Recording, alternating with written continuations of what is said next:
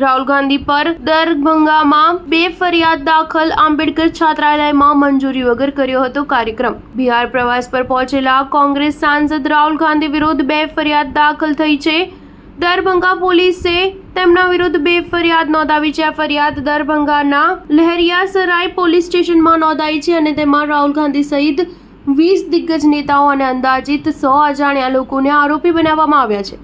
તેમાંથી એક આંબેડકર છાત્રાલયમાં જબરજસ્તી કાર્યક્રમ આયોજિત કરવાને લઈને છે। રાહુલ ગાંધીએ દરભંગામાં અનુસૂચિત જાતિ અને અનુસૂચિત જનજાતિ સમુદાયના વિદ્યાર્થીઓ સાથે મુલાકાત કરી હતી। આ મુલાકાત આંબેડકર હોસ્ટેલમાં થઈ હતી, જેની તંત્રએ મંજૂરી આપી ન હતી। તંત્રનો દાવો છે કે છાત્રાલયમાં કોઈ પણ રાજકીય કાર્યક્રમ કરવાની મંજૂરી આપવામાં આવી ન હતી। તેમ છતાં રાહુલ ગાંધી અને તેમના સમર્થકોએ કાર્યક્રમ આયોજિત કર્યો। આ મામલે પોલીસે 2 ફરિયાદ નોંધી છે। બંનેમાં રાહુલ ગાંધીનું નામ સામેલ કરવામાં આવ્યું છે। પહેલી ફરિયાદ ભારતીય ન્યાય સંહિતાની કલમ 163ના ઉલ્લંઘનને લઈને દાખલ કરવામાં આવી છે, જેના પર હાજર મેજિસ્ટ્રેટ ખુરશીદ આલમે આ ફરિયાદ નોંધાવી। આરોપ છે કે રાહુલ ગાંધી અને તેમના સમર્થકોએ પ્રતિબંધિત હુકમ છતાં સભા યોજી હતી અને કાયદો અને વ્યવસ્થાની અવગણના કરી હતી। સ્ટાર ન્યૂઝ 7 હંમેશા સચ્ચાઈની સાથે।